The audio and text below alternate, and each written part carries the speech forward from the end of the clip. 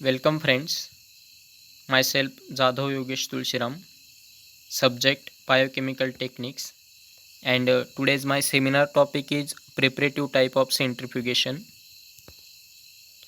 So introduction: a centrifuge is a equipment generally driven by an electric motor that puts an object to rotate around fixed axis and a perpendicular force is applied to axis.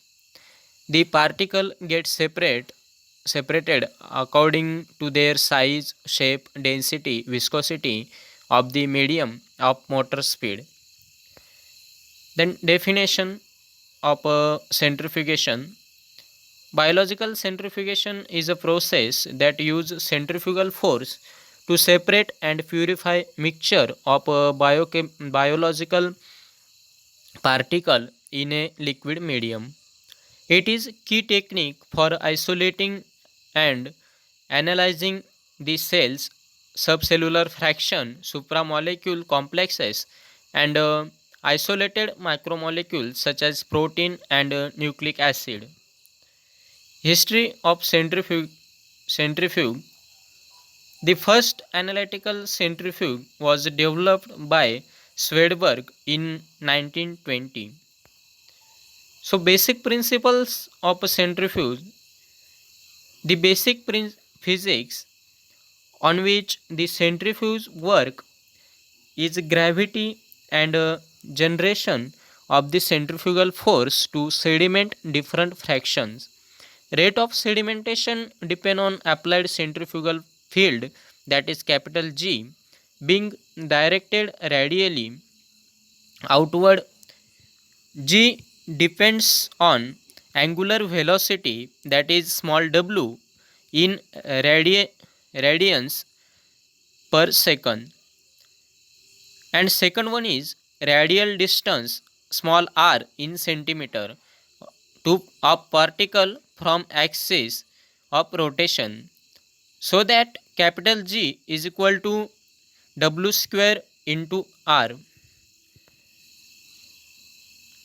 This is a basic centrifuge. Then type of centrifuge: desktop centrifuge, second one is high speed centrifuge, and third one is ultra centrifuge. The ultra centrifuge operate at a speed of 75,000 rpm. Refrigeration system is also present in this type of centrifugation. Temperature is 0 to 4 degrees Celsius. Rotor chamber is always closed in a heavy armor plate, and the ultra centrifuge is divided into two types. First one is preparative centrifugation, and second one is analytical centrifugation. So first, preparative centrifugation for isolation and purification of components is known as preparative centrifugation. Preparative centrifugation is concerned with the actual isolation of biological material for sedimentation biological investigation. It divided into two main techniques depending on suspension medium in which separation occur. First one is homogeneous medium, differential centrifugation, and second one is density gradient centrifugation, that is density gradient centrifugation. Differential. So first one is differential centrifugation. Separation is achieved based in the size of particles in a differential centrifugation, commonly used in simple pelleting and obtaining the partially pure separation of subcellular organelle and macromolecules. Used for study of subcellular organelle tissue or cells. During centrifugation, large particles sediments faster than the smaller ones. The in spite of its reduced differential centrifugation remains probably the most commonly used method for isolation of intracellular organelle from tissue. Homo- Homogenates become because of its, and the drawback is its poor yield and fact that preparation obtained never pure. Then second one is density gradient centrifugation. It is the preferred method to purify subcellular organelle and macromolecules. Density gradient can be generated by placing layer after layer of gradient media such as sucrose in tube with heaviest layer at the bottom and least at the top in either. Classified into two categories. First one is red zonal separation. It depend on size of the particles, and second one is isopycnic separation. It depend on the density of the solution. So gradient material used in the centrifugation, that is sucrose, silica soles, glycerol, CSCl, CS acetate, then sorbitol, it use. Then the first type of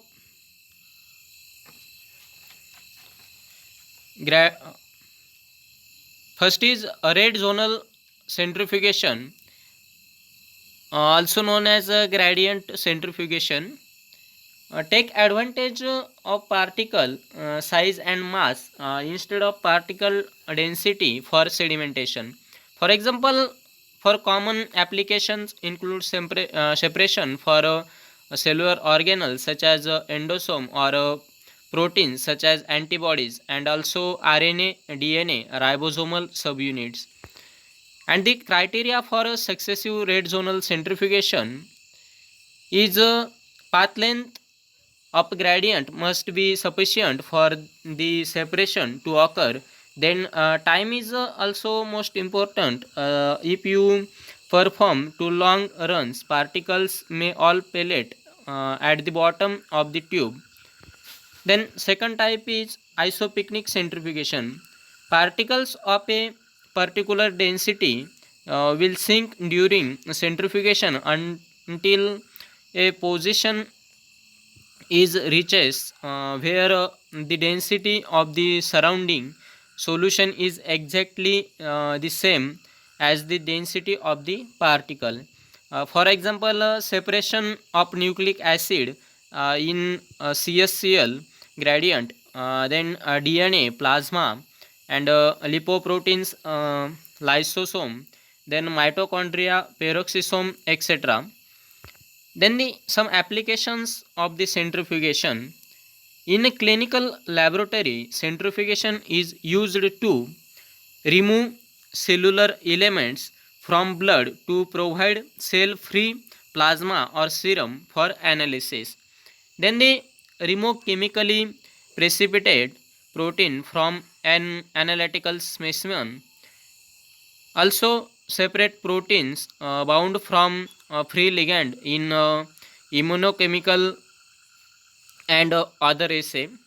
Then the separation of the subcellular organelle, that is DNA, RNA, and extract solutes in biological fluid from aqueous to organic solvents, and also separate lipid components. And the some references for this topic: clinical chemistry and molecular diagnostic. Then also refer the book Wilson and Walker, Principle and Technique in Biochemistry and Molecular Biology. Then the Avinash Upadhyay, his biophysical chemistry book. Then the internet source is also reference for this topic. So thank you.